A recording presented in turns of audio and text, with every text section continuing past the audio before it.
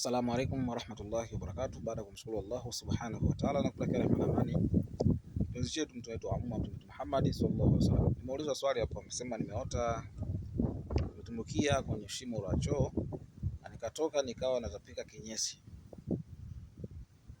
Ameota katika usingizi wake, ametumbukia katika shimo la choo na nikatoka anatapika kinyesi. Ndio hii si maana nzuri, ishara mbaya, ishara matatizo, mabalaa. Vile vile ishara hii ni ishara ya matatizo au mabalaa ambayo yataenda kukukuta. Ndoto sio nzuri. Subhana marikuzi.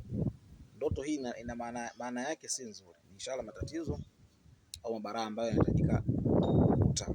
Omba sana Mwenyezi Mungu. Na hiyo kutapiga kinyesi maana yake tayari ushapanikizwa roho za mikosi, mabalaa.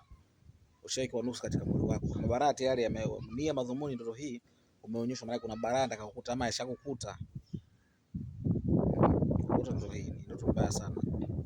Muombe Mwenyezi Mungu aepushe mabalaa au matatizo ambayo atakayokukuta. Lakini ndoto hii ina maana mbaya, ni kurudishwa nyuma tayari, maana yake ni ndoto mbaya ambayo atakayokukuta. Pia vile vile ni kurudishwa nyuma kimaendeleo au katika mipango yako, ni kurudi nyuma. Mambo yako siwezi kwenda vizuri, mipango yako siwezi kwenda vizuri, ni maharibiko. Na shida ni maharibiko ya mambo yako kuharibika. Maana yake utakuwa mtu ambaye kila unalofanya lisiwezi kwenda vizuri. Tafsiri ya ndoto hii. Asalamu alaykum warahmatullahi wabarakatuh.